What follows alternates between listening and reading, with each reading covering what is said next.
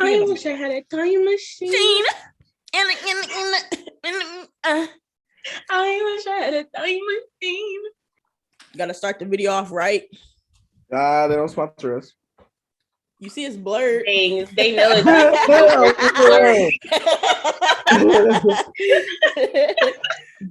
Nigga was trying to get it in there too. We are the Sibs, Dunkin' Bambi and Juice the kid. Here to make you laugh and have a good time. So make sure to like, comment, and subscribe. That's crazy. What up? What it do? It's your girl Duncan.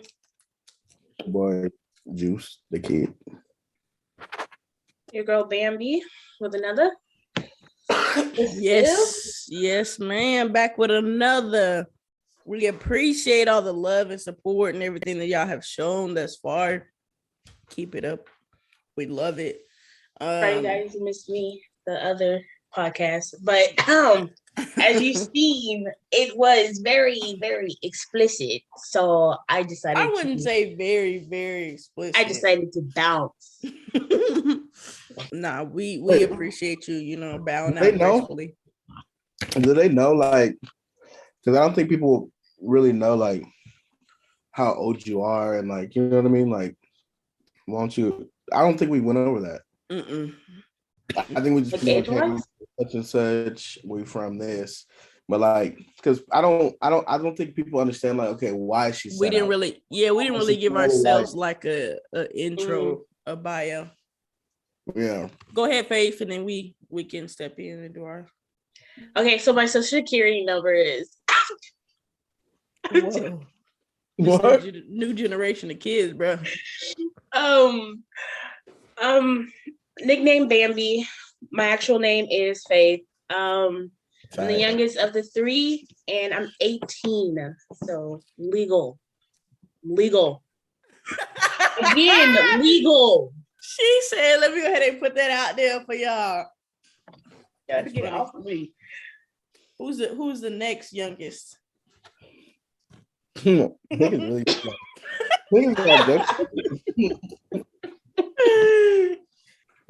My name is Bernard Dwayne Walker Jr. Oh, aka BJ for Bernard Jr. My other AKAs was like self-proclaimed. I just say, I got the juice the kid, whatever. My other homeboy just started calling me Mickey Barnes because he said I look like Mickey Barnes, whatever. I am 26, about to be 27 in August. So make sure y'all love. And me, I'm 56 years old. Damn. I'm sorry. You're only 26? You're only 26? What the fuck? This nigga face said. I didn't have a heart. Oh my God. I'm legal. Very legal. Illegal. Indeed. Yeah, that's me. Yeah. My name is Yatani. Look, now she wouldn't have a long intro like me.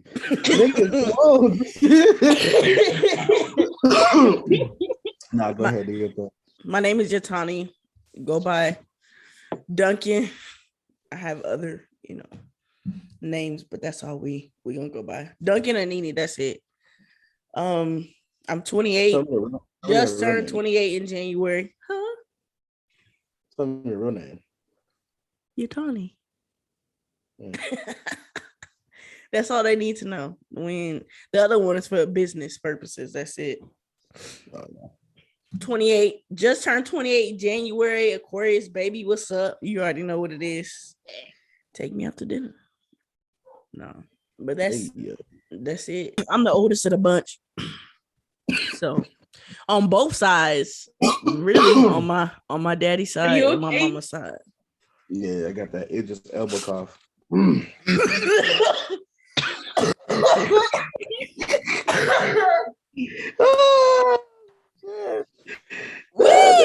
God damn. That hit a little different. Yeah, the oldest of the bunch on both sides. Hey, it's really good. Nah, yeah. Well, y'all don't have any other, so never mind. Any what other siblings? I was gonna say, like, like, do y'all be like, this my step this and step that? Cause I just be like, them my brothers, them my sisters. Like, I don't give a fuck what y'all talking about. I called Janaya my stepsister. Who? In school.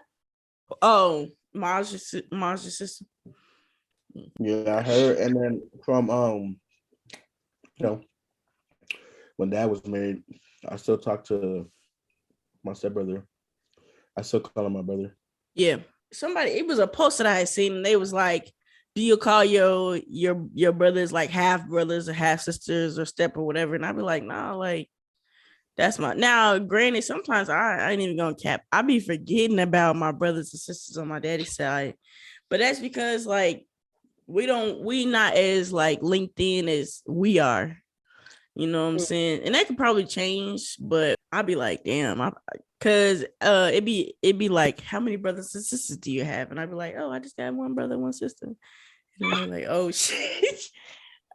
I'd be like, oh shit. Let me re-edit my post real quick before the other side see this. It's not even like it's not even on purpose. It's just like instinctual. Like it literally. I grew up with y'all more so than I grew up with them. If you really think about it, you should like actually take it to like note like who's really been there, who's really, like you said, you grew up with, who's really stick with you as like a sibling and everything. Mm-hmm. Those are your true siblings. But yeah, like I mean, even if you are blood related or not blood related, it also depends on how you define a person as a sibling. Mm-hmm. Yeah, because I mean, like Drea, you know what I'm saying? Like we not blood or any way, shape, or form family, but that's my sister. You know what I'm saying? Sis. I'd be like, damn, this nigga chewing hard as fuck. Babe, I was trying to listen, but I seen his mouth moving at the top, and I was like, hold up. Oh my God. That nigga was chewing like a camel. God damn.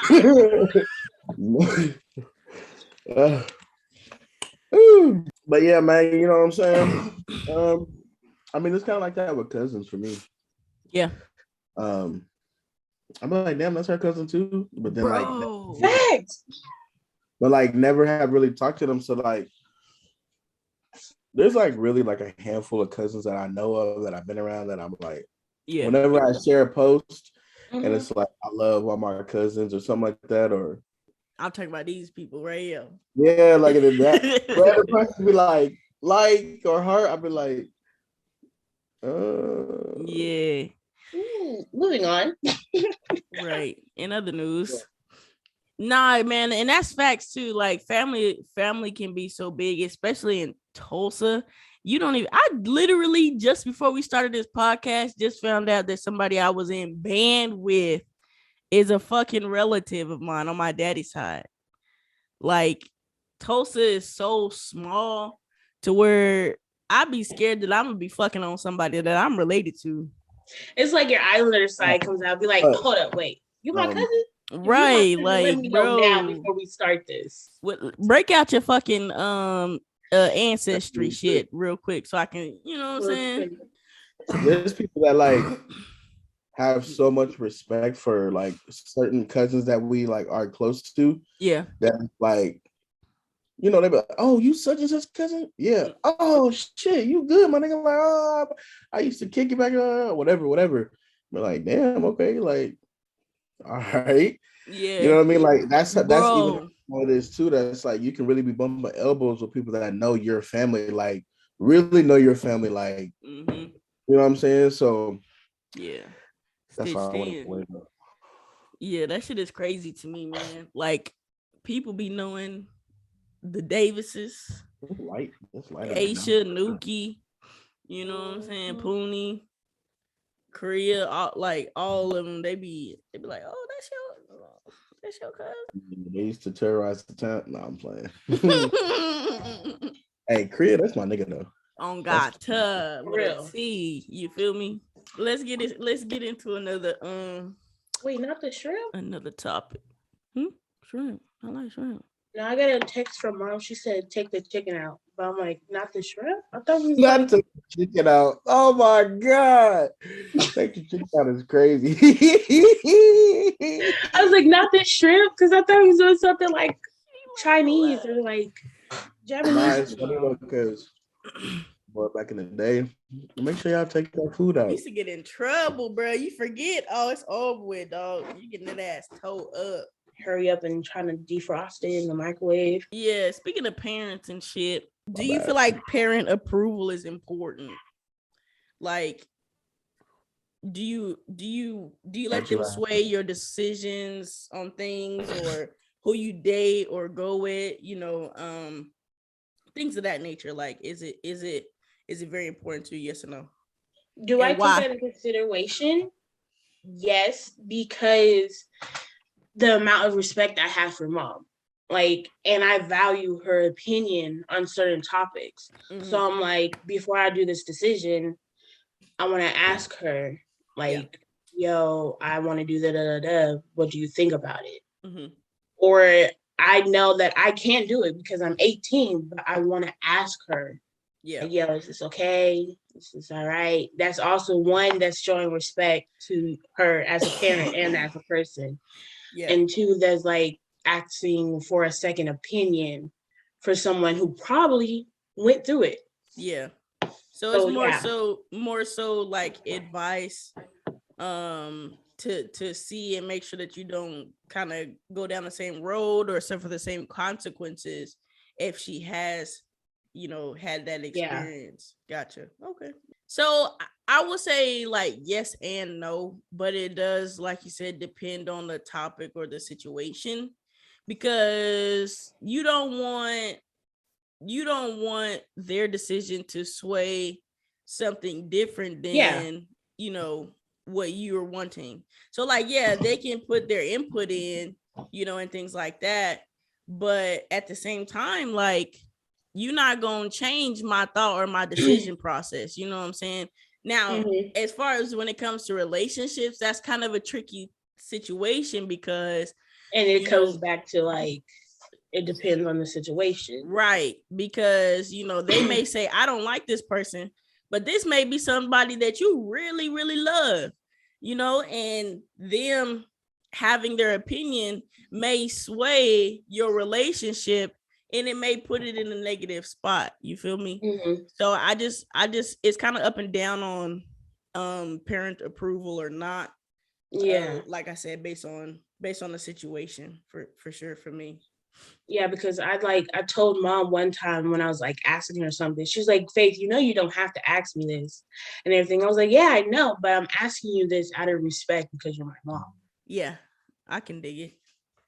Yo, let's take a second real quick and I guess we got Mr. Stephan in the building, the big ball barber, the one that take care of the homies. What's good, man? What's good with y'all? How y'all doing today? Look, Juice trying to show off his little haircut. Let y'all know who be taking care of him. Okay. I might come for an undercut though. Get your little undercut. You might see me in the near future. What it do? Tell the people what you do. You know what I'm saying? Where you from? Where I'm from. All right, man. What's up, y'all, man? This is Stephan, the big ball barber, checking in. I'm out here in Tulsa, Oklahoma, home of the Black Wall Street, So if you don't know what I do, obviously the handle, the big ball barber. I heard that I can cut hair a little bit, all right. I do a little something with the clippers, and I just, man, I inspire people, man. Just, I want people to be able to do their best. That's a part of why I fell in love with barbering. Is just, it's something that it's not only just make you look good, but it make you feel good. So I'm happy to be on here, man, with the Sibs. These my fam, you know what I'm saying? Yeah, appreciate it. In for years. It's crazy, man. Though, like outside of like, of course, parents, you know what I mean? Like literally whenever I go, like, let's say I've been having a hard week at work, whatever the case may be, or let's just say me and Brooke is into it. and I just so happened to have a haircut appointment. It's like as soon as you walk in there, he's like, "Oh, what's up, bro? How you been?" You can just lay And it that's on when him. I'm like, "Man, look." And you know, from his experience, you know, being married and things like that, you know what I'm saying? I definitely take heed to it. So it definitely, not only is he just, you know, been my barber since I was 17, definitely has been there like, you know, almost like a mentor, like to Facts. tell me like with this situation, hey, you might want to, or you know, you're right, bro, but maybe take this, you know, this approach towards it, you know, just different ventures of life. And I definitely appreciate him for that because a lot of different situations I've been like, nah, fuck that, I'm not doing it. He'd be like, nah, bro, you can't do that. You gotta hey. Facts. So, The Appreciate guru, that, man. The man. guru. Appreciate that. Appreciate that. I glean on my ancestor barbers. You know what I'm saying? I just, you know, the barbers. You know, we got that juice, kind of like the Black Panther. mm-hmm. You know, he I'm had dead. to drink that juice of his ancestors. Nah, but I appreciate it, man, for sure. What y'all talking about today, man? What's good? So So we were, basically, go ahead, Nene. we just got a few topics. The one that you jumped in on was how important is your parents' approval to you? Do they sway your decisions or anything like that? Wow. Bro, you know when you bitter out like how we always get deep. Come on now. you know how I mean you are needing whenever in a serious situation and we look at each other. Every time I look at Stephan, even at the barber shop, like he could be dead serious saying something like yeah, them noodles is fire. Just bro, you just can't help but laugh. People like, nah, bro, I'm dead serious. Yeah. Like them noodles was fire, bro. Yeah. But yeah. Straight up.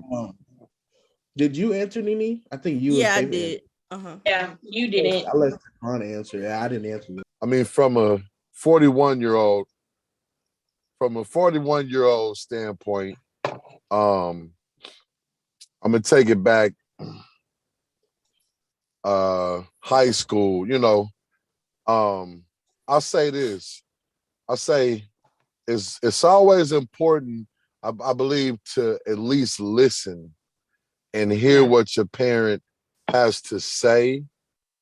And like that's a skill that I think a lot of people we would benefit from that greatly, having just enough, you know what I mean, like humbleness, as you know, like even if our parent done stuff that we didn't believe in, you know, we didn't like, you know, the way that they parent us or whatever, I've learned that definitely hearing what they have to say, and simply because whatever the situation is, there's probably something that we can at least learn from it, you know.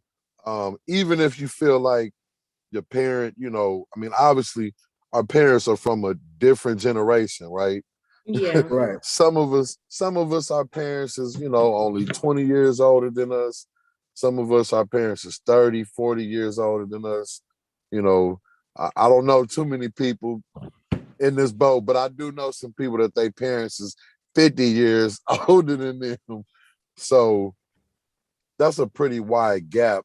But you know, I think that depending on the situation, it's like when it comes to like who you are and like, you know, decisions as far as you doing something that's gonna cause you to grow. Like, you know, Nene's situation. Nene thinking of, you know, I don't know how serious she seems serious about moving last time we talked in the barbershop.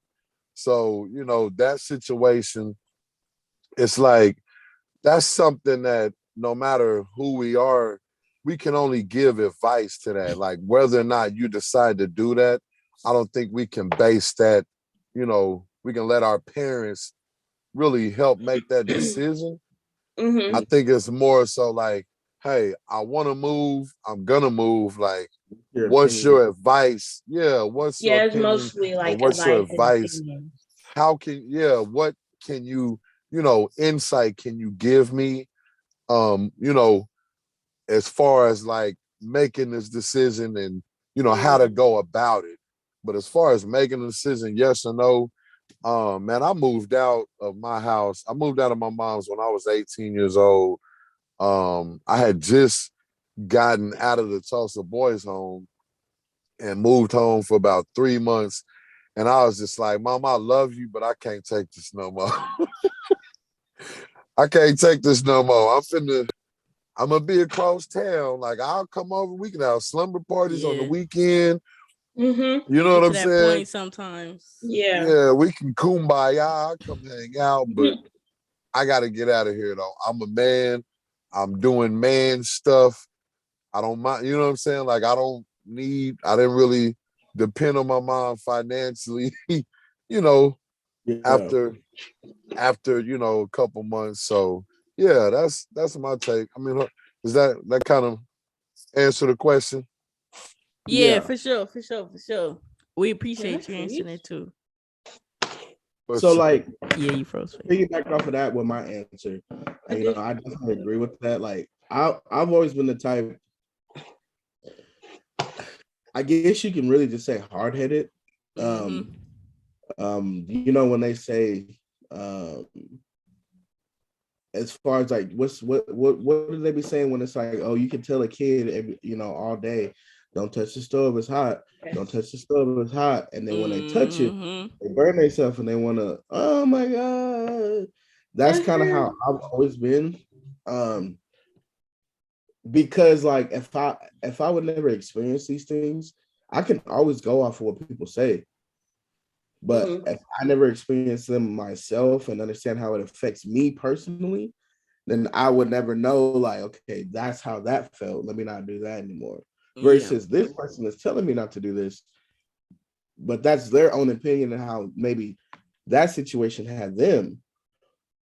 Yeah. So, I mean, I always tell my dad too, whenever I talk to him about certain situations, I'm like, man, I should have listened to you. Because then, it may have that same outcome that he had.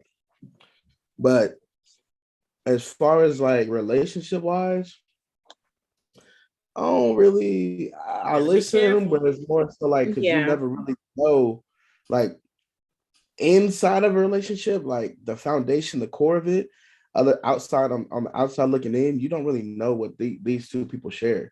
Yeah. So they may just see, damn, they always arguing. Really, we went a whole 2 months without arguing. We arguing today. This so happened today. And maybe the last time you saw us, we was arguing. So you assuming that we arguing every day, and we're not. Mm-hmm. So I don't really let, as far as our parents, I don't really let them dictate my relationship.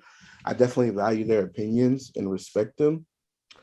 But I can say, if they would have come to me and be like, don't marry this person, I'll be like, nigga, are you crazy? Like, I'm not.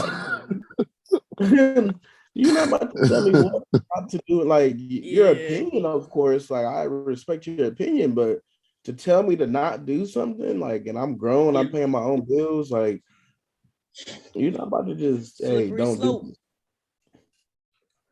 But that's my opinion on it. I value their opinion, I respect it, but I'm not gonna be like, well, my mama said we gotta break up, so you gotta go. No. You gotta go. So let me ask y'all a question. What is what's a decision that you like? Do you have any type of decision that you actually asked your parent help with, and then you went opposite of what they told you, and it ended up like crazy? Yes, like, and it wasn't just my mom, it was like my sisters, my brother, like everybody was like, bro, leave this alone. Like, you do not need this part. Yes, in your for life. sure. Yeah. And I still was like on the gas. I was like, nah, y'all tripping. And yeah, let's just say it ended up crazy. I had to maneuver a lot of shit in my life. But we back on track. It's been a few years since then. So what about you, Faye? She down there. I No. think she trying to skip this question. No, I She really like, you not about to take away my home, nigga. She like, mama in the other room. Nah. Like, nah. Nah, I don't think there's really is anything that like I went against her decision. I always was somewhat swayed to go with what my mom wanted me to do. And I'm just now starting to be like, you know what? I really want to go this way instead of that way. But at first it was like, okay, mom, you are right. I should do this. There is certain times where I would say that you really have to be like, okay, I was wrong. What you said was right. I should take initiative and like listen to what you said. Because there is some times where you're like so headstrong, like, no, I'm going to go do this and not do what you said. And then like at the end of the day, they were right. So I really don't have anything that I could think of that I went against what she said and it turned out wrong. Yeah. Yeah. Yeah. You have some times. You about got time. Hey, because I still do it now, man. I'm just being honest. Like it be situations where I be like trying to go to her for advice and she just tell me something and I'll be like, all right, anyway, I'm about to go do my own thing. Like I'll take it into consideration, but I just be like, all right, it is what it is. I'm not gonna lie, mom be doing that to me too. Like, I'll call her, vent to her about a situation. And mom definitely has changed a lot. Mm-hmm. And her advice is really good, but like in the heat of the moment, you're not wanting to hear that. Yeah. Like, not really. Yeah. Like, all right, mom, I'm about to get off the phone. She'd be like, son, you have to Yes. just ask God for guidance. And I'm like, mom, I don't want to hear that. But after I calm down and I realize it, I'd be like, you know what? Okay, let me just. I feel like it's all about like reading the room. Like, I don't need this. I need something else. I just need you to okay, listen. mom, you're right. But I think it's a parental instinct too, though, for like that to happen. Yeah. I don't know if Stephan has done that too. Like, they may come to you just for you to listen to them, and then you be like, all right, but listen, let me spit some game to you real quick. Let me tell you what it is. You know what I'm saying?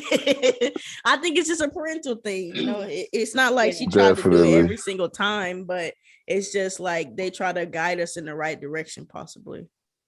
Absolutely. Yep. I'm learning that being a father now. It's tough. Yeah. Because you see certain facial expressions and certain things to where like you want to jump bad and be like, yeah, I know you ain't just, but then you be like, look, I'm good. Yeah. I'm only telling you to go do XYZ because if you don't do that, then this is gonna happen. Yeah. So while we touching on the like parent and kid topic, so like the next question I got is, what are some values that you would like to instill in your children and like let them know like this is important things that you want to keep and then possibly pass down to your kid? I would honestly say respect and also the way you carry yourself. Okay. Because I think that was passed down to me. I show respect, no matter what. Even if that, because it kind of goes back to killing a person with kindness. A person can be, oh, shit, you just see, okay, I'm sorry you feel that way. How can we resolve this? I feel like even with work, it helps me a lot because I'm really chill. So, and it takes a lot for me to snap and get to that level of, all right, my nigga, we finna handle this shit now. So it helps me with my work life, and then like even with everyday life. I'm learning more with my kids because of like, you think about it, I'm your father. So if I tell you to go take the trash out, my nigga, go take the damn trash out. Not to dragging your feet, nigga, hop too. So I'm still learning that. And then I think another thing is, like I said, the reason why I said the way you carry yourself, because your energy presents itself before you do. So when you walk into a room, your energy is already like, here I am. So if you keep carrying yourself positive and keep carrying yourself as, a person of being genuine and loving and caring and wanting everybody to eat versus just you, then I feel like that's going to turn out in your favor. And that's something I want my kids to, do something out the kindness of your heart, not because this person can do something for you. Yeah. Or looking for a blessing or something like that in return. Exactly. Like, not because this person, is connected with this person who's connected to that person that can get you somewhere. Mm-hmm. Nah, just do it because you genuinely love and respect that person right there. To be like, oh, I see you low on gas. Here you go. Not he's low on gas. Let me give him this 20, and then maybe he might connect me with this. Nah. Because then that's all full circle. He might really be like, damn, that nigga, he a cool ass nigga. Like, hold on. I see he got his. Let me, hey, bro, I want you to check this person out. Do it because you really genuinely fuck with that person. Yeah. So those are things that I will pass down to my kids. Of course, defend yourself. You know what I'm saying? Definitely. I'm not saying if somebody's putting their hands on you, still be respectful. Oh, I'm sorry. If that nigga's putting his hands on you, you got to get busy now. You know what I'm saying? And don't stop until you've been pulled off. Yeah, but like, words are just words. You know what I'm saying? Words are just words. So, like I said, I would say respect and the way you carry yourself. If you carry yourself and you stand on your morals and you 10 toes down on that, and you do the right thing day in and day out, yeah, it's for sure gonna come full circle back to you and bless you. So I feel like the ones that I would, instill would be humility, being humble in every situation. Even if you get rich, like, don't try to flaunt it for the next guy, for your friends or whatever. Like, still be humble, because anything can happen, and as quick as you got that blessing, that's as quick as you can lose it. So being humble also can get you in a lot of doors and a lot of places as well. And not just, like you said, just for, trying to move up or be connected to this person, but, just being humble. And then kindness as well. But that also comes with, sometimes you have to have a backbone and being stern in some situations too, because people can take your kindness for weakness. So, like, don't be a pushover. There's a balance in it. But kindness for sure. And loyalty would be another one that I would say. Being loyal and being a real friend or a real family member, or whatever the case may be, also would be a good value to instill in people. I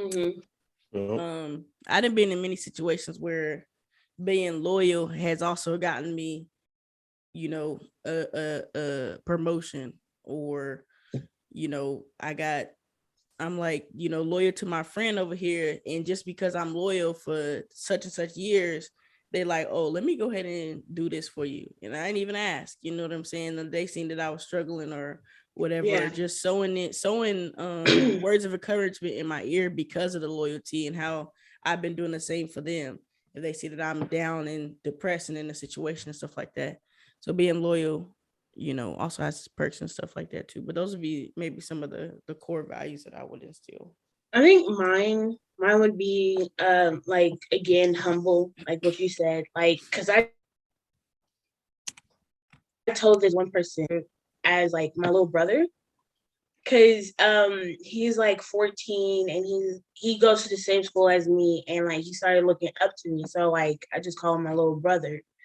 And something happened, he got upset about it and everything. I'm like, I texted him, I was like, yo, just stay humble, because just humble yourself and knowing that like something better for me is going to come. And then it happened, just like I said. I was like, just always stay humble, never like actually let something get to you to where you're going to start like, changing. And also I would say like, make mistakes. Mistakes are okay. Like, learn from them, take that as a lesson. Don't be like, damn, I made this mistake, fucked up, I can't do it again. No, make the mistake, learn from those mistakes, and just keep going. Like, making mistakes is automatically okay. Facts. Like, and then it's always okay not to be okay. Like, if you're in a down state, if you're depressed, if you have an anxiety and it's flaring up, it's okay not to be okay. It's okay to cry. It's okay to feel things that other people do not feel. It's okay to not have feelings, because some people don't. Some people feel like they're a void, and some people feel like, I can't feel this because I'm like going through so much. So it's okay not to be okay. That's what I would rather instill in them, that it's okay to like be within your feelings and to humble yourself at the same time. I think that's what like the most values I would like to instill in them. That's good. That's good. Yeah, Not everybody has that either, you know. Well, Straight up. Oh man. I just want my kids to be able to count, man. That's all. No, and say I give you they a sack of ABCs. money. No, I'm just Gotta count playing. Nah, man. Yeah. All of those was great. Like literally, all of those that y'all named off. You know, those are man. Like you know, that was powerful. you have, You know, just not to cut you off, but you have 2 boys, so yeah. And I'll say because of that, actually, that's man. Thank you for even mentioning that, because I really didn't even think about that for a second. When you said it, it really triggered something that I do. You know, talk to them about, especially because of I don't know if it's especially because of the situation. You know, my oldest boy is from a previous relationship, Mm-hmm. not from my wife. And then me and my wife, we got 2 boys. So one thing that it really just, I remember reading this book, and this guy was like, he was like, from the game, y'all. boys, shut up. But he said, man, boys need to see their dads loving their mom. And that's powerful. Within itself, you know what I right mean? Yeah. And it was like, it hit me so hard because see, a lot of times most people are only going to be able to really, most people, we're going to stop at the point of, okay, my son needs to see me loving my woman. Mm-hmm. You know what I'm saying? That I'm currently with. But the truth is, all of my boys need to see me also loving my son's mom, who I'm no longer with. Because see, the word talks about it's easy to love somebody that's lovable, or that's, you know what I'm saying? Like, you in the relationship with, that's easy to do, to love somebody that loves you back already. The true test is to be able to love somebody when they're not being very lovable. Oof. And, because of, some situations that happen, and me having full custody of my son, I remember there was a period of time where I really struggled even liking my son's mom. Mm-hmm. And the truth is, I believe that when you love somebody once, like real love, like you always care about a person. So I've always, wanted the best, the basic, human love for people. Yeah. You know what I mean? Like I always had that, but I was struggling to really like her. And I realized my boys are watching this. Yeah. You know what I'm saying? And if I'm not careful, I could be giving them something that's really not good for them. And that they yeah, you know what I mean? Something that they don't need to see. And so I really, like I said, just to cut it short, is really the value of being like loving people that are not being lovable, being able to, you know, through wisdom, you know, obviously there's certain things that I'm not gonna, you know what I'm saying? Like if she called me and she's like, you know, it's, you know what I'm saying? Like I don't go inside of her house. I'm not going in there. She called me like, oh, I need you to come fix this curtain. I'm sorry. Yeah. You know what I'm saying? It's enough for me, dog. That's it. Like you know what I boundaries. mean? Yeah, we got boundaries. I know a guy though. I know somebody. Refer, you know what I'm saying? But that, you know, within those boundaries, you know, I just been, you know, practicing like listening to her, you know, times that, you know, my son is not on his best behavior and she has 3 boys. You know what I'm saying? So yeah, just that, you know, to be loving, to be kind, kind of like what you said earlier. I know somebody said it, but just to take it that further, just, you know, being able to love somebody that's not being Sometimes lovable. that's hard though, man. Like, ooh. Oh yeah. It takes a strong person with like it really does. the strongest heart to like, because there's certain people who have that heart and everything. You're like, oh my gosh, I've been through so much. I think it's hard for me because I also like I've done customer service for so many years of my life. And it's like you can still be kind and that person is still an asshole. You know what I'm saying? So it's like still trying to have that mentality and that heart to still be kind to that person, even though they're acting the way that they're acting is hard. It really is.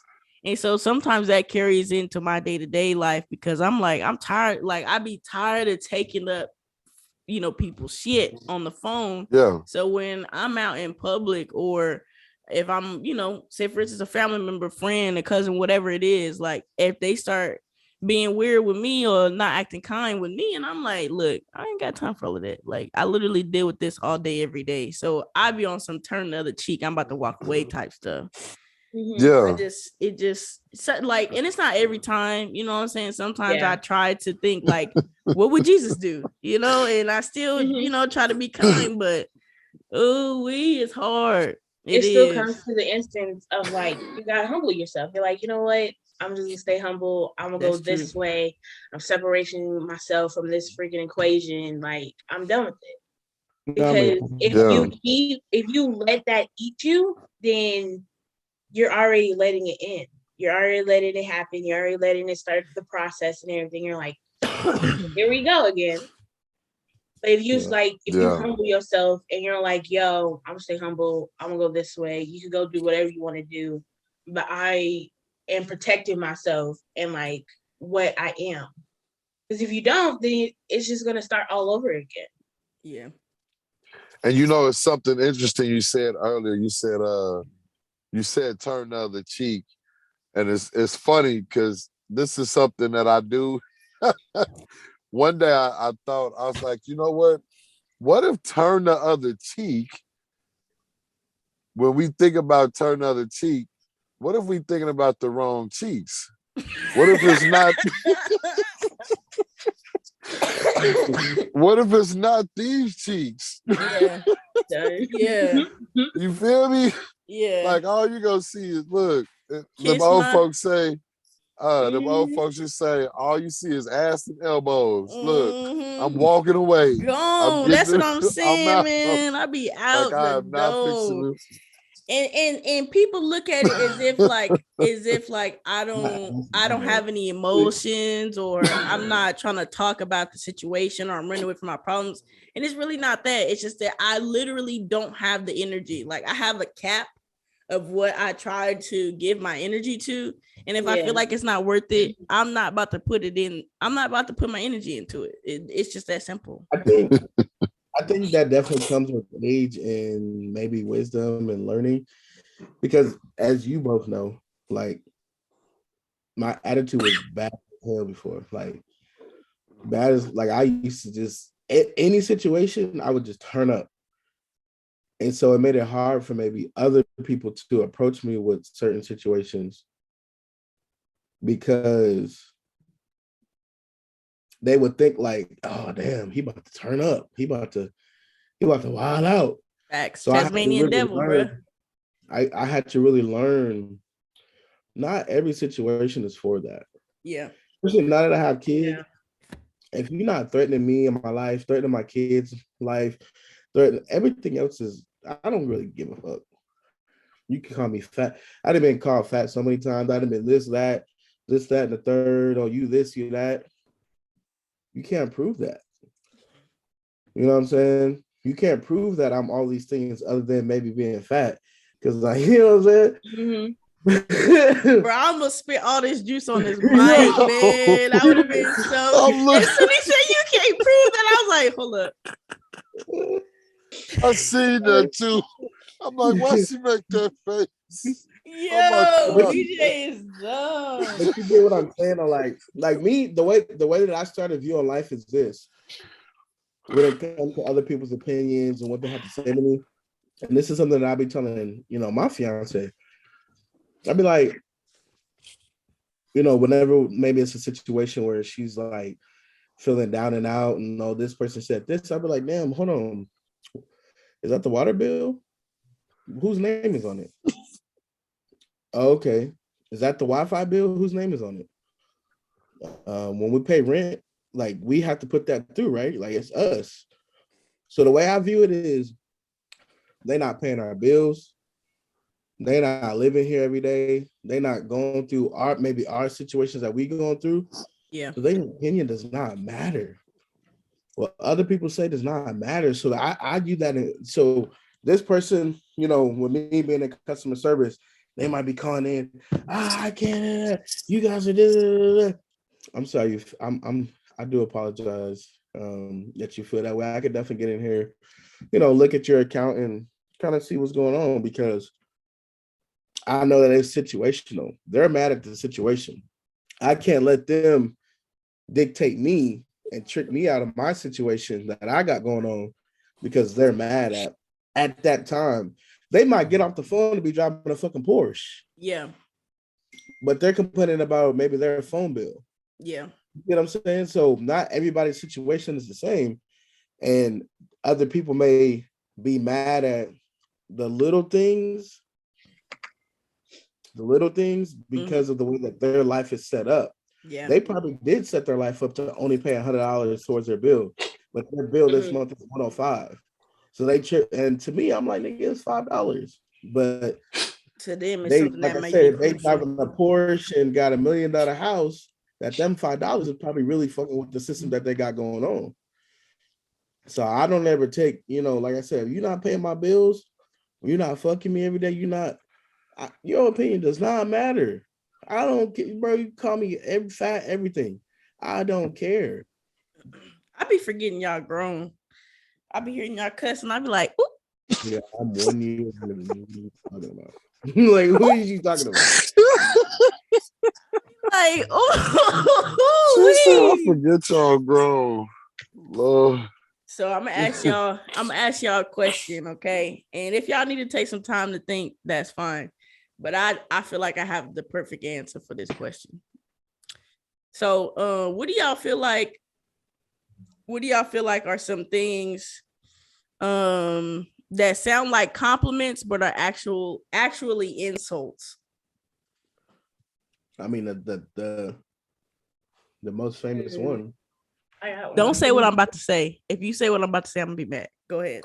Losing weight, nigga. What? Bro, that's basically what I was gonna say. Like, it's you pretty for a big girl, or if you lose weight, you be pretty. Like, that's a backhanded compliment, bruh. Yeah. Oh my god. Somebody told me I was handsome for a bald head. Yeah, see? No. That type of shit right there. Like, no. It's like, damn, like, should I be offended or not?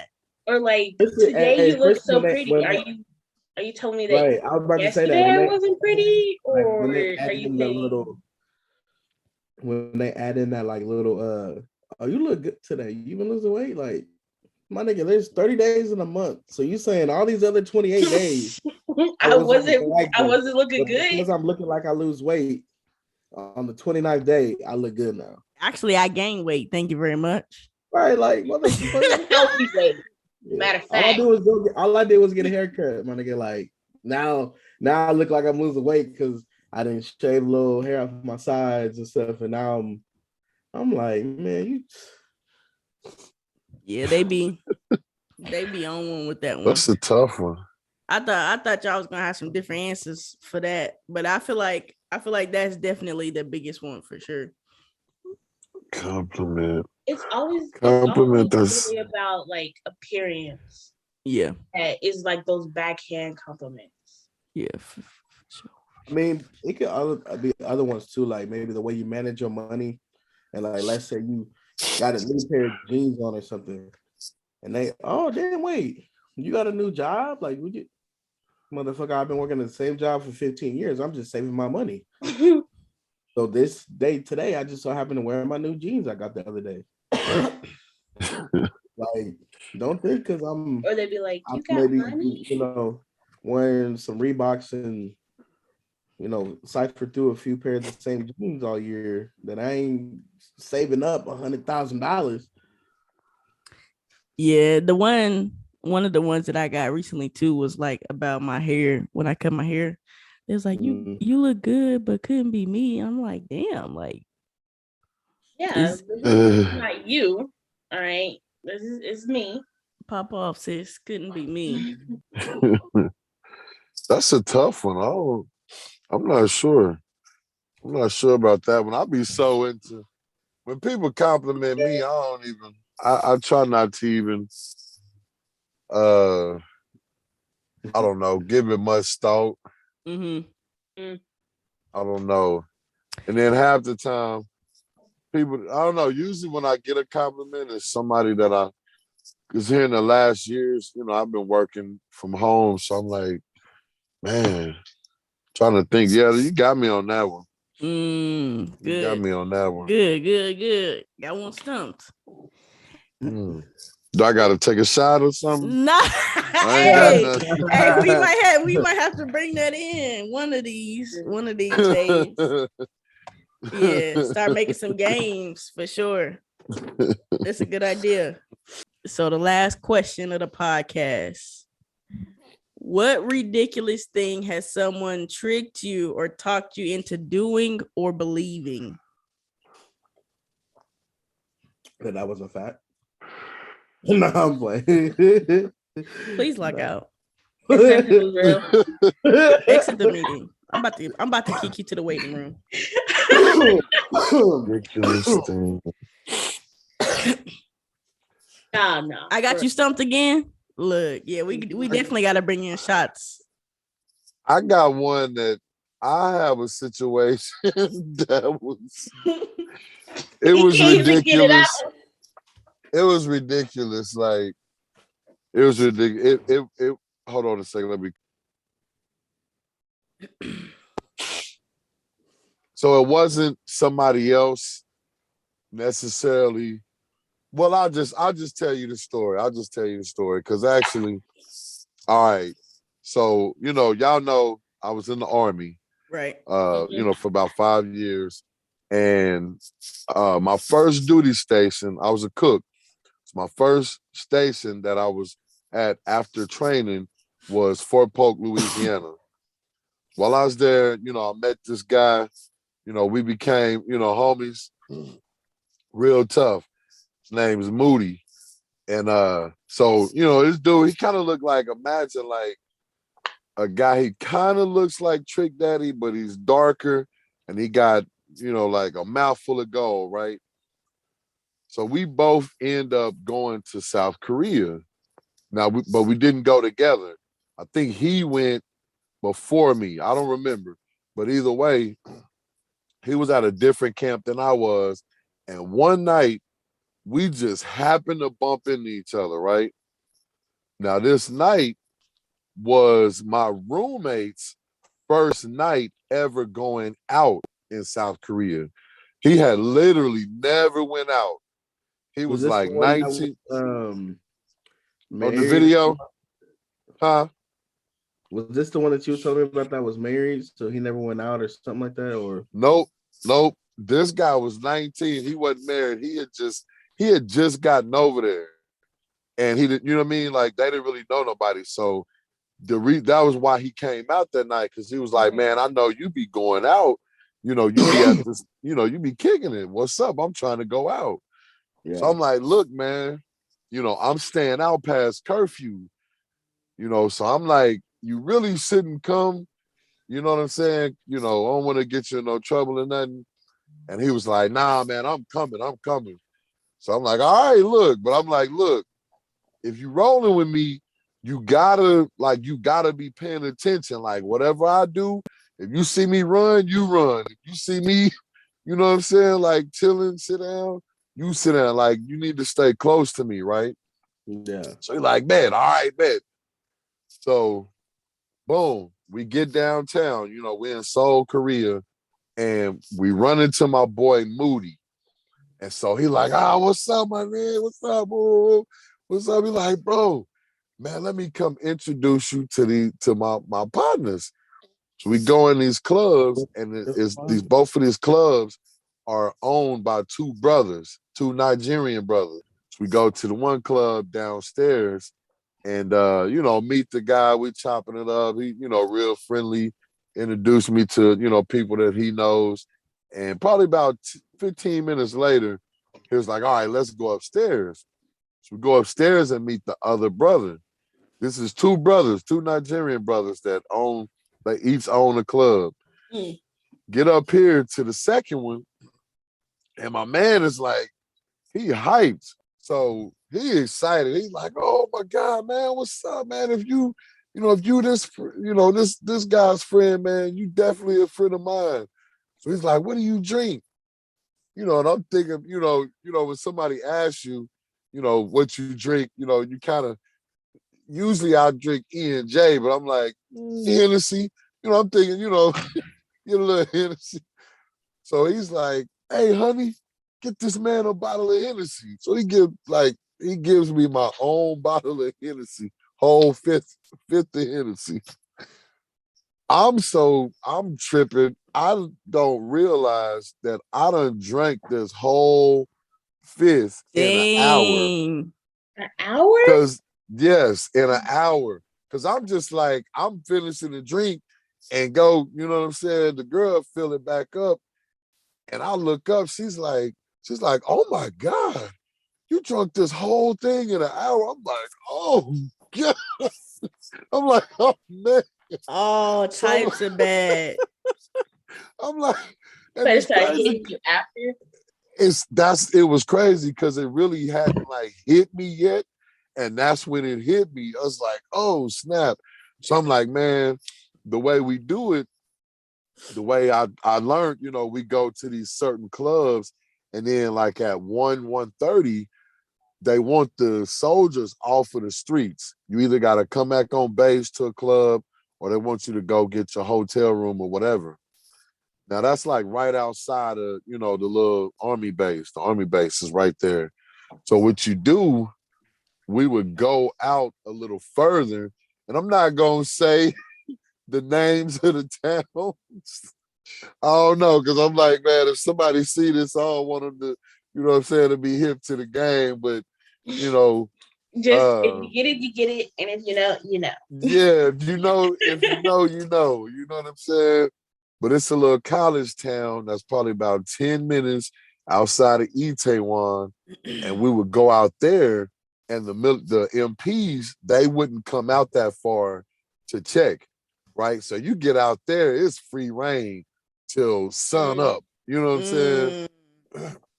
So anyways, so I go to the other club. I'm like, we got to get in there and kick it before like 1:00 so we can go to the other spot. So we run over there, you know, we dancing. Next thing I know, I kid you not, we got like the whole club doing the Soul Train line. You feel me? Hey, if cutting a rug was a person, listen. And I know I'm showing my age talking about cutting the rug, but listen, Yo, we You was there showing your getting age it. with the Soul Train. No, I'm Hey, just playing. we was I know, right? The Soul Train line. But for some reason, like the Korean people, like they was loving it. They was like, oh my God, like, we ain't never done nothing like this. So the whole club, boom, we kicking it. I look up and I'm like, oh snap, it's 3:00. I'm like, bro, we late. We supposed to be gone by 1:30. Yeah. So I'm like, let me finish this drink and we're gonna bounce. So I'm drinking. And remember, I told him, listen, whatever you see me do, you do. In any type situation, just follow my lead. So we sitting there, and out of nowhere, this Korean MP walks up, and he's like, can I see your ID? And so I'm like, I just look at him, look at my boy, and it was like, I didn't say nothing. And so he was like, excuse me, can I see your ID? It was weird. Like he was like Frankenstein or something. He was real tall. He was like, can I see your ID? And I said, now I spoke a little bit of Asian. So I said, Mullah? Mullah? And that means like, I don't understand. So he's like, ID also. And that's when I hit him with the and my boy, I looked at my boy, I said, he said,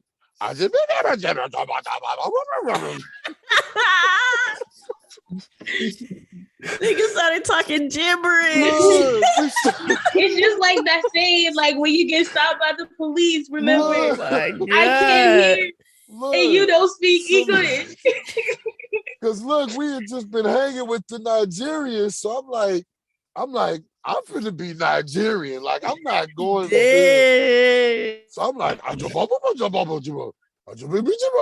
and he's steady looking like, what the?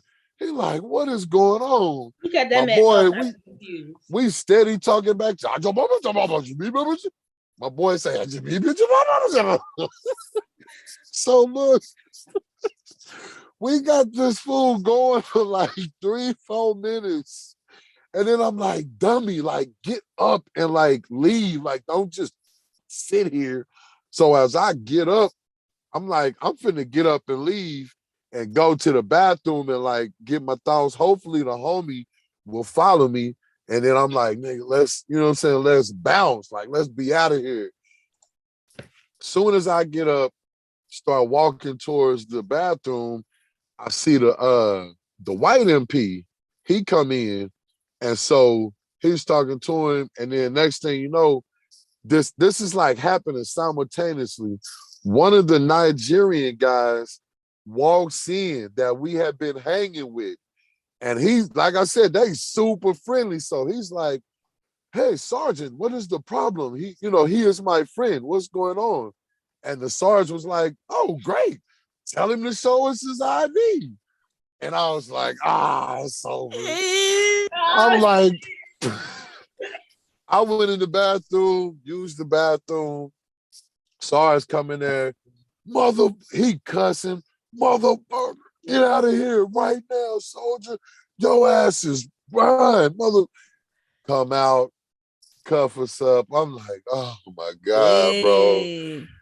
Take us, we do the field sobriety test. And I'm sitting here like, in my head, I'm thinking, man, like they tied us up with zip ties.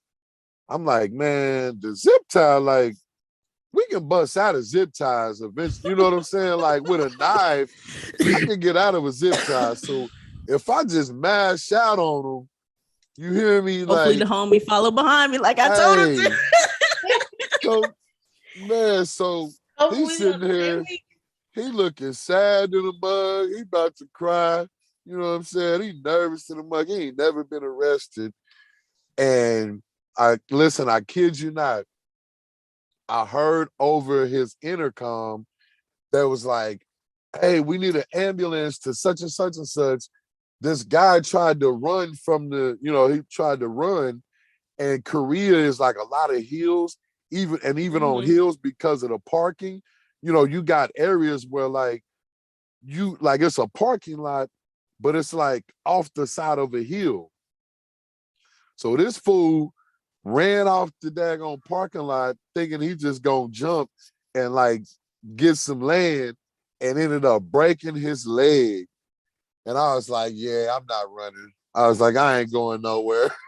I ain't going nowhere. So they hooked us, put us in the car.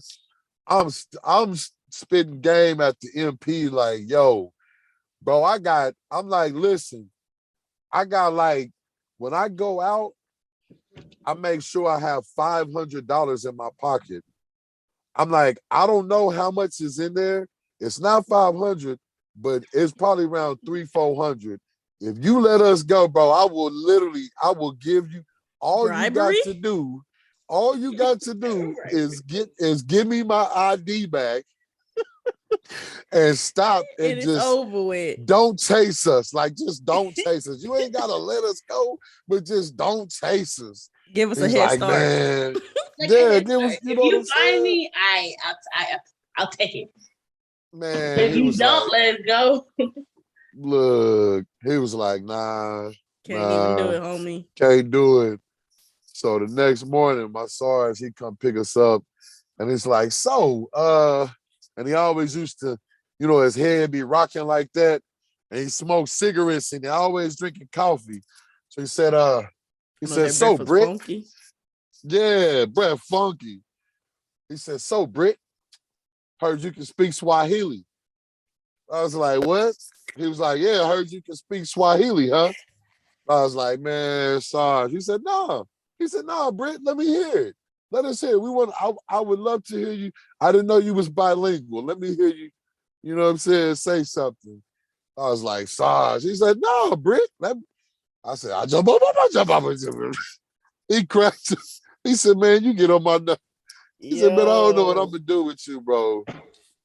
That's but that funny. was the most ridiculous thing that, like, yeah, me and somebody else got into.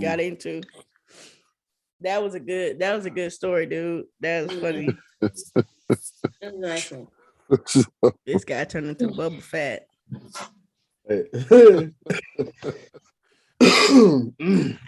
I can't top that. I'ma just say you got that. You got that out. You got that question right there. I would say I have something. Well, it's not similar, but so I can make a long story short. Basically, me and the homies, when we was in high school, I'm not gonna say which high school, but it was in high school because I went to 2 high schools. We decided I'm about to name them both. Night out. You know, we had a bottle. We was gonna take some shots. So they was like, "Oh, you was trying to be grown." But they had a bright idea. I think this was like sophomore year of high school. Damn, I just gave it away pretty much. But anyway, sophomore year of high school, right? They like, hey, let's go on top of the football stadium and take shots. And I'm talking about like the press box, like you got a press. Mm-hmm. They're talking about getting on top of that and take shots. I'm like, bet. So we literally walking through the school. I mean, like if it's a normal day, like walking to our class, we all up in the school, everything. We like it's dark time, so we like, oh, this is crazy. Like we all up in the school, we everything, right? So boom, we get down to the stadium, and like we climbing up, we going up the bleachers. So then one of our friends was like, "Oh shit, the cops!" I'm like, "Nah." So, but we decided not to get up on top of the stadium. So as we're walking down from the stadium, that's when I was like, "Oh damn, the cops!" So we all break out, boom. Now, mind you, I'm a big guy, but I'm gonna get out of there. One of our homeboys, he was like the driver. He's the one that had the car in high school. So we go back to the spot with the car. Nigga's not there. We like, bro, what the fuck? nigga, we calling him everything. So, bro, we seen a fucking car, right? Now, what kind of car? We just seen a car pulling up, lights, all that. And you know the fences, like with the pointy stuff on it, like you know how you have like you know the how you barbed have like, The barbed wire no on the top. the metal fence, and it has like the design. Oh, the yeah. ending of the fence. Bro, nigga, we broke out again. We was like, oh shit, car. Boom, broke out again. Where our school was, that fence that we had to jump led to a fucking highway. Bro, for one, I was not going back home to my dad, getting in trouble, getting arrested by no cops. Two, we was drinking. Nigga, I hopped the fence, pants ripped, like I had some shorts on. Nigga, I got caught on the fence. Nigga, I'm jumping, I'm running across, bro. And then even after that, we was so damn paranoid that we thought like the cops had seen us. So where we ended up going, we went to some apartments. Nigga, cops everywhere. We like, bro, what the fuck? Bro, it was wild. Nigga, the next day, nigga, I'm talking about pants was the shorts I had on was ripped. Nigga, I got grass on. I'm like, bro, I'm hurting. I'm like, I'm never doing this shit again with y'all, like ever. And then like the second craziest thing was we used to do this thing called power boxing, where we would go to somebody's house and literally shut all their power off from the outside. And then almost like ding dong ditch. Nigga, bro. But you in the dark, bitch, basically. Literally. Right. So we used to, I remember doing it to my own house. Like they pulled up to my house and was like, go ahead, Bernard. And I'm like, nigga, this is my house. I'm like, come on, go ahead. So I opened the back gate. It took off, nigga. And I'm like, bro, like, if my dad ever find out, nigga, He about to find out today. Yeah. He about to find out today. Bro, He gonna call you. Remember that time when my lights went up? Oh yeah. It'd be crazy too, because like we would do it, like we did it to a cheerleader one time, and she had posted on like Facebook or something. Oh my god, somebody just came and turned all my lights off. And we sitting there liking the posts and shit. Like, we like, y'all niggas was some gremlins. Bro, nigga, Y'all was wild. That's crazy. Yeah, he definitely gonna find out today. I'm snitching. I'm keeping that all in. Ain't no editing, none of that. That's why now, like, you know, oh, let's go out. I'm like, nigga, I didn't been off the porch before. Nigga, I didn't have, you know, went out drinking when I wasn't supposed to. So now it's boring to me. I'm like, yeah. Let's go skydiving or something. Like, let's do some different shit. Yeah. I definitely feel you on that, because that's how I am too. Like, people be trying to go to the club still and shake their ass, and I be like, I feel like you can do that, but then also in moderation, like there's a time to do it. So like, yeah, like, you know, if it's my birthday or a celebration or something, yeah, maybe we can go out to the club, but I don't see how people go out to the club every single Saturday. I can't do it. Even when I was younger, I still didn't do it. You know what I'm saying? I just ain't really been that type of person. I was like that. I used to go out 5 days a week. Hell no. I don't see how people have the energy to do that. Wasn't you when you did that? Huh? You was in Korea when you did that, didn't you? I was in Louisiana. Nah, yeah, it was actually Louisiana. Korea, I mean, like, we would go out a lot Korea, but it was more so like Louisiana, Monday and Tuesday was the only day off. Wednesday was ladies' night. Thursday, no, maybe it wasn't. Maybe I didn't go out Thursday, so it was 4 days. So I think Thursday was off. Friday, Saturday. So Wednesday night was ladies' night at a club. Friday night was, you know, it was just club night. And then Saturday and then Sunday, we would go, that's what it was. Thursday, we would shoot pool. And Sunday, we would go bowling. So literally from Wednesday to Sunday, I was out like till 12, 1 o'clock in the morning, at least. Yeah. And still be having to get up at 4 or 5 o'clock in the morning to go cook. You know what I'm saying? But I definitely get it though. It ain't for everybody. I don't feel like I don't know. Maybe it's just me and my personality. Like maybe that's what it is, you know, because I've always been so like laid back and chill to where I've never really been that like hype, like need adventure, you know what I'm saying, type person. Yeah. So I mean, and I'm not judging nobody either, you know what I'm saying, but just me personally, I've never been that I feel type of person judged. to. You're gonna have to leave the meeting, bro. No, I mean, the only thing I've never been that type of person to just be like, yeah, I'm about to put on my pumps and we about to go out to the club, you know. No. Not the pumps. The only thing You talking about the Reebok pumps? That I probably did was when I was living with Aisha and them, with the cousins. Like one night, Ramona and Myra wanted to go to the park. Mind you, it's like late at night. It's about to hit midnight. It's late at night. And I don't know. I was probably like, I want to say like 13, 14. I was young. Do tell. So Ramona came to me and I was just about to hop in the shower. This is the thing. I was about to hop in the shower, about to call it a night and lay down. She was like, yo, you want to go to the park? Like me, Jamira, some other people want to go to the park, but you should come with us. And everything. I'm like, why? Like, I don't want to go. She was like, it'd be great. Such and such is coming. We could go. We're going to play Ding Dong Ditch after. I'm like, okay. And we snuck out of the house. Didn't get caught at all. We over here roaming the streets late at night. Mind you, we out in deep early.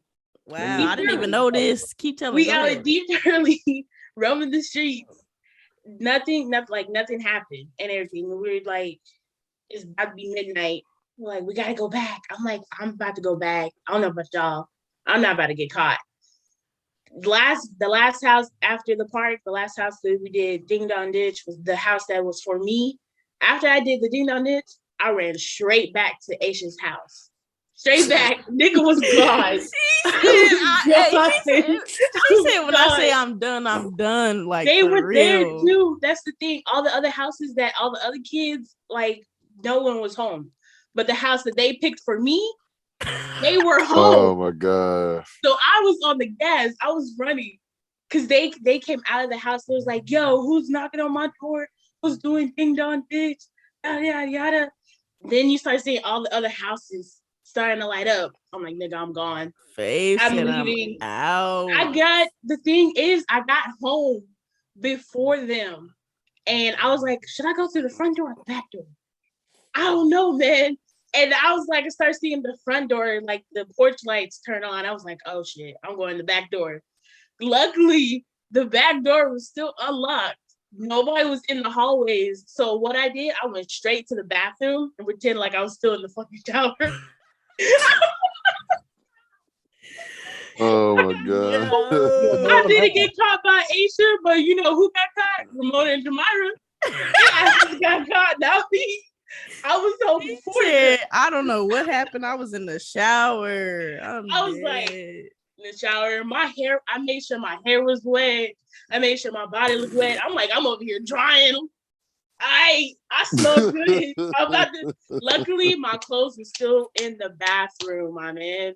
It was still in the bathroom, so I quickly changed. She's about to play my part and play it well. You hear me? Like, play it well. I was like, never again. Never fucking again. We was out for like 3 hours. I'm dead. Oh my god. I don't feel like I've really had like ridiculous. I've always played it safe, I feel like.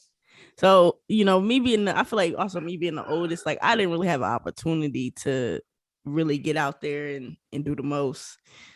I was more so I was a sheltered kid. Excuse me. So like even when we moved here, Mom was like, "You not about to go to the mall, and you not about, you not about to." So I couldn't do nothing. It's crazy because I was the oldest. I had stepbrothers, so but Yeah, I was like, she held. they gave me a little too much freedom sometimes because I used to be I used to be from like where we lived at. So I'll tell you. So for example, it's almost as if like going from here, right, going from Tulsa to like Oklahoma City, almost. I used to do that. Like we used to, one of our homegirls, we used to go to like the beach, and where we lived at, the beach was like some miles away from us. Like I literally ended up from Poway to Mama's house one day on some like adventure shit. Like let's just go. Wow, that's like, a drive too. Yes, like That's we used risky. to. Bro. Yeah, bro was ready to risk it all. All my cards in, all the chips. Yeah, I don't feel like I really have like a ridiculous thing that I got talked into. I feel like boring. I was about to say I feel like mine is like basic. Like you know what I'm saying? I had a cool childhood. Don't get me wrong, like I got into some shit, but it wasn't like it was just like I would tell mom like I'm about to go to a friend's house and we'll go over there and drink and party, like, band party type shit. Like that's all it was. But it wasn't nothing that I was like almost getting caught the fuck up in or no illegal shit or nothing like that, So yeah, I'm boring. Bored. No, I'm just playing. What do you mean by that? Yeah, I seen the face. I seen the face juice. But yeah, I guess I gotta step up my game and get on y'all level. I'm about to graduate, so you better start now. Cause after I graduate, there's gonna be a lot. Oh God, a lot going on. Oh man, reckless. You got 2 months and 2 weeks. Hey, Face, you about to turn up? Bambi, you about to turn up? Yep. Especially on my 19th. My 19th birthday, you better be ready. Y'all heard it here, folks. Y'all heard it here first. Man. She about to be on her. Like, I don't know why she was on top of the hotel drinking. I didn't even know nothing about that. Especially if we gonna be in Vegas. We're moving. Like, okay. It's happening. Listen, nah, you can't. I'm about to go on adventures with Toy and everything. You got to be responsible, irresponsible. You know what I'm saying? Like it's levels to this shit. Being dangerously carefully. Carefully dangerous. Yeah. Carefully. Man, I hate to say this, man. I gotta jump off of here, y'all. Yeah, I was just about to say it's gonna be. That was the last question that we had, and we really appreciate you coming in, being our first guest, man. Yep. For sure. Oh snap! Such an honor. You set the bar high, so yeah, for sure. Our first guest. Yeah, appreciate your wisdom and everything. Always. Absolutely, I appreciate y'all, man. Do you still have your quotes up on your new location? Dang, thank you for calling me out because I don't really, my studio is at my house, and so we started putting some, but I don't like I had the wall of inspiration. I don't have it. Dang, that's what I'm gonna have to do. Look, he like, damn, y'all gut checking me and shit. Every time BJ got his haircut, that's the only thing that I really came in there for. I was like, I'll read the whole entire wall. Yeah, wow. Way to make me feel special. No, I'm just playing. So that's the only reason I came in there. Forget that guy. I need some. No, I'm just playing. Let this man go. Oh no, go ahead. Yeah. For real. We appreciate you, man. We love you always. That's family right there. For sure, fam. I Love appreciate y'all, man. Love y'all too. All right, man. I'll see y'all in a few. All right. Facts. All right. Peace. But I mean, today was pretty good. I appreciate him coming in, you know what I'm saying, shedding some light on some things. Thanks. First guest of the podcast. So, you know what I'm saying? Hopefully from here. Because I've had a few people that say, oh, I want to get on, but I'm nervous. I'm like, man, look, once you get on, like, you really gonna forget that, like, it's even recording. Like, it's just a sense of like seeing yourself on camera. I think that's it. That like gets everybody like, oh, I'm shy. I stare at me, to be honest with you. When I start getting shy and everything, I stare at me.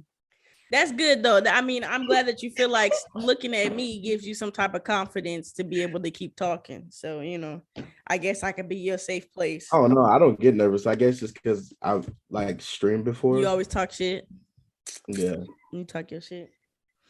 No, I mean, but I get where you're coming from, Ben, because like no cap, the first time we did it, I was like, ooh, like people gonna hear me talk. Like I get to hear myself and how I sound. Cause I mean, like this may sound dumb. I don't care.